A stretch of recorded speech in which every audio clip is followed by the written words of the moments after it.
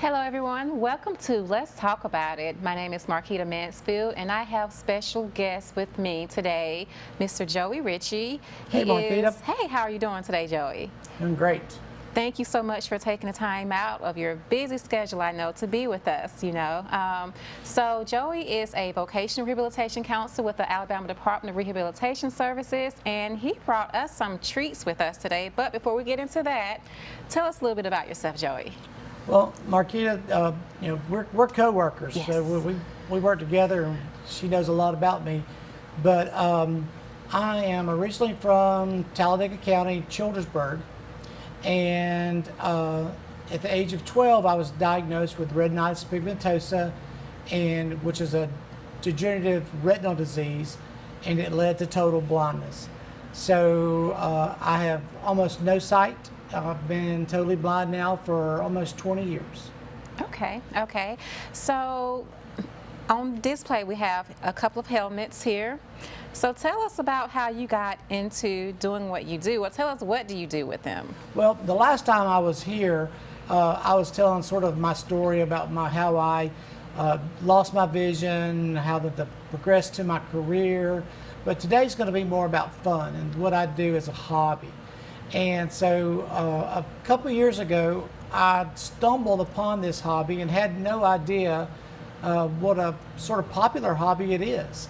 But in the earlier episode, I was talking about being an athlete and playing football. And I was a child of a single parent. And I always remembered my mom struggling to buy shoes for us during football season. So I got the idea that I wanted to do something for my old high school and to help all the kids that were playing now get cleats. So I contacted all my friends on Facebook, and we did sort of a drive to get cleats for the team. And between all the different players and classmates, we were able to get shoes for the entire football team. And the football coach gave me a helmet as a thank you, and I decided to fix it up because it was in pretty bad shape. And I discovered that this was something I could do in spite of my blindness. It was something I really, really enjoyed doing, and it turned into an obsessive hobby. Oh, good deal. So when we get back, we'll talk more about his helmets and how he makes them. I think they're pretty cool too.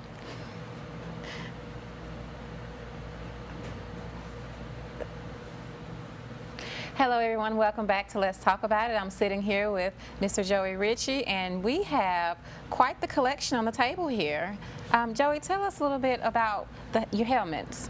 Well, as we were leaving, I was telling you about, it's become an obsession.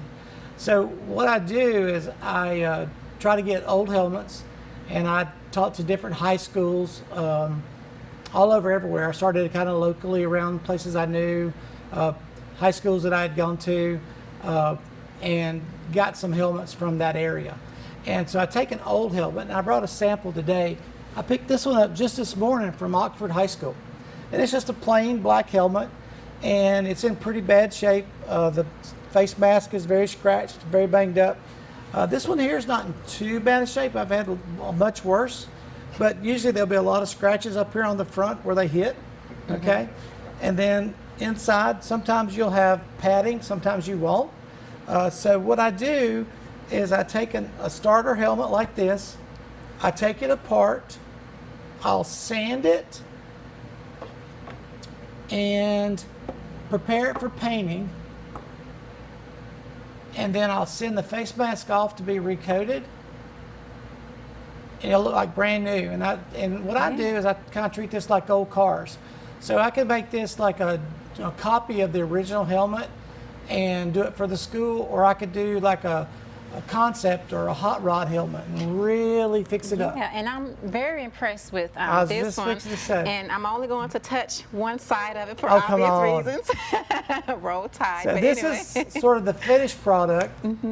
This is so cool. Yes, and that's a newer helmet. That is what they call a Speed Flex. Okay. And a Speed Flex helmet, if you'll notice at the very front, there's a little cut part that's a U. You see that upside down, that U Yes. there? Yeah. That's like a bumper on a car. So now when they hit, that flexes. And if you'll notice on this helmet how they have the screws here, Yes. there's no screws there on that helmet. The screws are mounted up here on the side. So that way when they hit, the face mask also gives like a bumper on a car. So that's a safety thing. So, and those helmets are so light and so comfortable compared to what we wore back in the old days. So that's sort of the new technology. But my wife is a graduate from Alabama, and I'm a graduate at Auburn. So we have that divided household. Yeah, Yes. that's pretty cool. So what I wanted to do, she graduated in 1982, and her favorite player is Wayne Wheeler, and he wore 82. So that is the representation for the number on the helmet. And actually, the face mask is painted right down the middle. So you have one side Alabama, one side Auburn. And so that's the way I kind of bling them up. Yeah. Put a visor in there with different colors. Sometimes I do custom-made visors. So, you know, when it comes to the decoration of the helmet, I get a lot of help, okay? So I'll order my stickers, my decals. I will sometimes get decals from the high schools where I get the helmets from. The visors are custom made. Padding comes from other helmets. Sometimes I may have to take 4 or 5 of these and take them apart to get parts to put all one back together. Wow. Okay. And then I have a couple of friends that I've met on a hobby group that help me with my fancy paint jobs. Some of the paint jobs are just spray cans, just rattle cans, and I may do those. But the ones that I really want to look good, I send them off to somebody to professionally paint them. So if you think about it, you know, fixing up cars, that's kind of what I do. I fix up helmets. It's pretty cool. Well, we're going to take a quick break, but we will be right back, and he will tell us more about his awesome hobby. I'm impressed. We'll be right back. Hello, everyone. Welcome back to Let's Talk About It. Sitting here with Joey Richey. Tell us more. Well, I think the last thing I said was it had turned into an obsession, and it really has. So if you saw my house, I don't really have necessarily, say, a workshop for this. So I have helmets everywhere in some process of taking apart, putting back together. So I have a patio, a screened-in patio, and just a few weeks ago, I invested in some tables and some shelving. So now I have a little bit of a workspace with my helmets. But I have helmets under the bed, I have helmets in the closet, I have a bookshelf in the house with helmets, and I probably only have maybe 10 or so completed. And when I started, I took that first Childersburg helmet and I wanted to restore it and just put it back together as a Childersburg helmet. Okay. So that was just really a simple, plain silver helmet. So just sanded it, painted it silver, had a new face mask put on it, and it really just kind of looks just like a newer helmet. But when I was playing, you know, we were Childersburg Tigers and we were called the Big Blue because everything was blue. And they had very little blue on that new helmet. So I was like, I want to do a helmet like my high school. So I decided that I was going to collect helmets where I had gone to school. So I have a Childersburg High School helmet. I'll tell you more about that later. Okay. My first degree came from UAB, and I have a UAB helmet that I did, and that's a concept helmet. I'll tell you about that more later. Then I did an Auburn helmet that's really, really different. And then I have a graduate certificate from the University of Maryland, so I have a Terrapin helmet. So those were the first few I did. So going back to Childersburg, I actually had the opportunity, I buy my supplies from a place in South Carolina called Green Gridiron. And they have a YouTube channel. Okay. And when they found out that I was blind, they invited me to come up and do something like this. And we built a helmet on camera. So I took that Childersburg helmet and took a brand new helmet. We took a blue New York Giants helmet. We added some white striping. We changed the face mask out to white. I put in a custom, like this Alabama Auburn helmet has a gray visor. I put a custom tiger stripe visor into the Childersburg helmet, and it really, really is what I call blinged out. So that's and then for UAB, where I got my undergraduate degree, I actually called UAB and asked if I could get some decals. So they gave me their Dragon decals. And they typically wear a gold helmet, but I wanted to do something different. So I painted a helmet, I had a helmet painted with white, and I used gold and green metal flake in the white paint.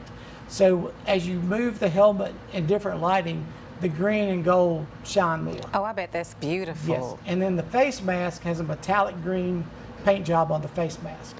So a lot of people comment on that helmet because it's so different. I bet. So walk us through the process, and also how long does it typically take for a helmet to be complete? Well, the prep, it takes me several days just to tear them apart and sand them down. And depending on how badly they're damaged, it may take a long time to just get them back ready to put back together.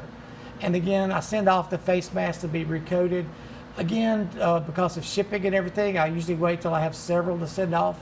So it can be months. A typical helmet, like if somebody asked me to do a helmet, I would tell them it'd be at least 6 months to get one done.